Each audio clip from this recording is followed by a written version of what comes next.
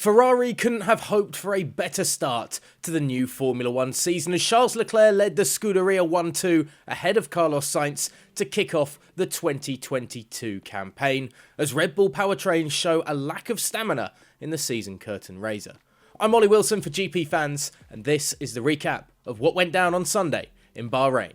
Let's start with turn 1. The top three went through the first corner in rank and file, with Max Verstappen having a little look to see if the door was going to be open, but it was quickly closed by leader Charles Leclerc, while Sergio Perez had a slow start, allowing Lewis Hamilton up into fourth.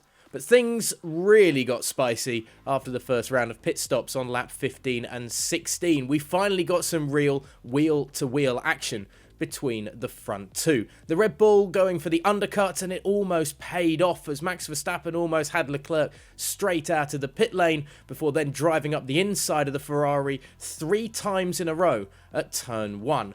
Twice the Ferrari retook the spot at turn 4 before a big lockup on the third and final attempt from the Red Bull left the door wide open for Leclerc to once more swoop back past and retake the lead. After that, it all looked like it was going to be smooth sailing for the leaders. Neatly spaced out throughout the second round of pit stops, Carlos Sainz started telling his Ferrari team to perhaps just think about a 3-stopper, which could certainly shake things up.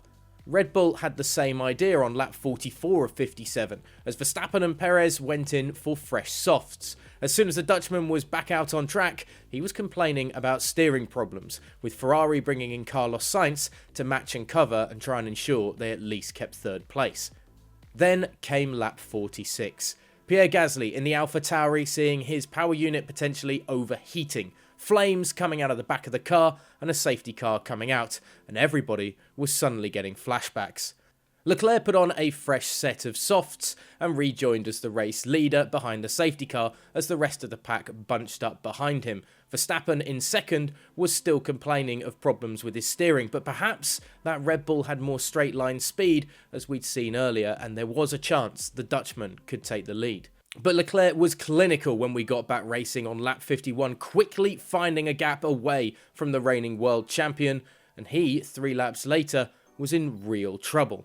The power unit gave up on his Red Bull as he was forced to box and retire.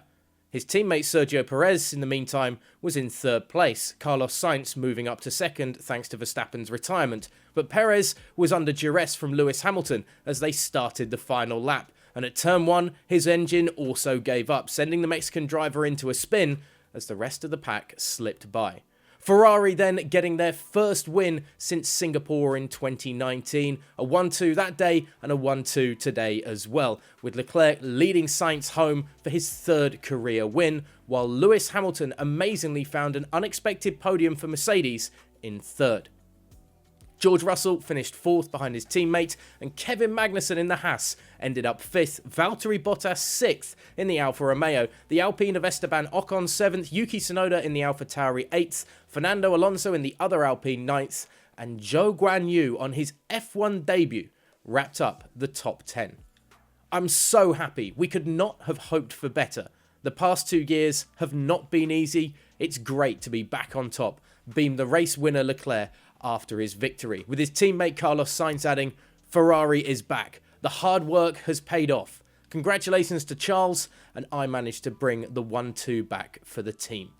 So a perfect start for a sensational Scuderia car that looks like it has the pace and the performance to go the course and distance, at least at this point in the season and going into Saudi Arabia next weekend. But what about the problems for Red Bull and a sensational drive from Lewis Hamilton in that Mercedes as well? We want to hear all of your thoughts in the comments section below, and of course interact with us on Twitter and Instagram at GPFansGlobal. Subscribe here on the YouTube channel, and the website has all of your breaking news, gpfans.com.